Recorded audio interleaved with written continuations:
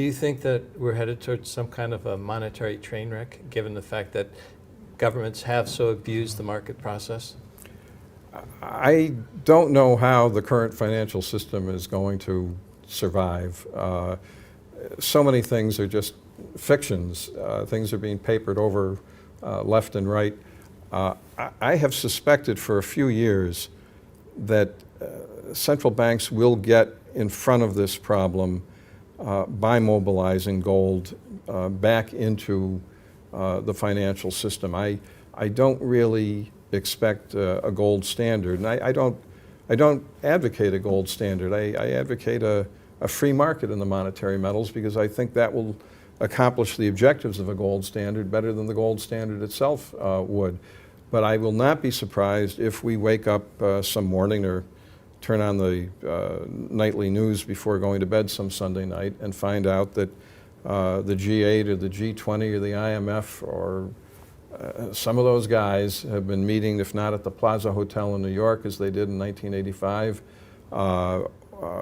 have come to some new currency arrangement. And perhaps they will announce that central banks will start buying gold at $5,000 an ounce, perhaps in the name of helping the poor countries where gold is mined, or perhaps very candidly in the name of reliquefying central banks themselves, those that still have sufficient gold reserves to reliquefy themselves with.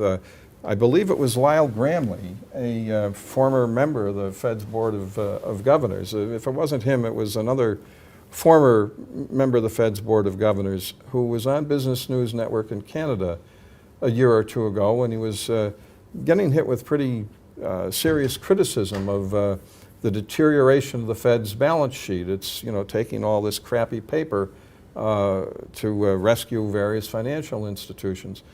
And Gramley, or the Fed governor, whoever it was, volunteered to the reporter that he was overlooking something, and that what he was overlooking were the 8,000 tons of gold on the books of the United States government, on the books of the Fed, that were being valued only at the antique price of $42.22 an ounce. And that if there was a market revaluation of this gold, Gramley said, the Fed's balance sheet would look immensely better. Well, this was something that was volunteered by a former member of the Fed's Board of Governors. It signifies that maybe the Fed thinks about gold a lot more than we do.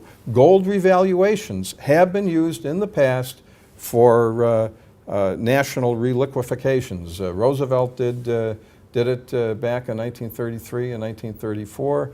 A British economist named Peter Millar a few years ago wrote a paper on how the revaluation of gold has been used throughout history to avert debt deflations and reliquefy the financial system. I'm pretty confident it's going to happen again, and I just want to live so long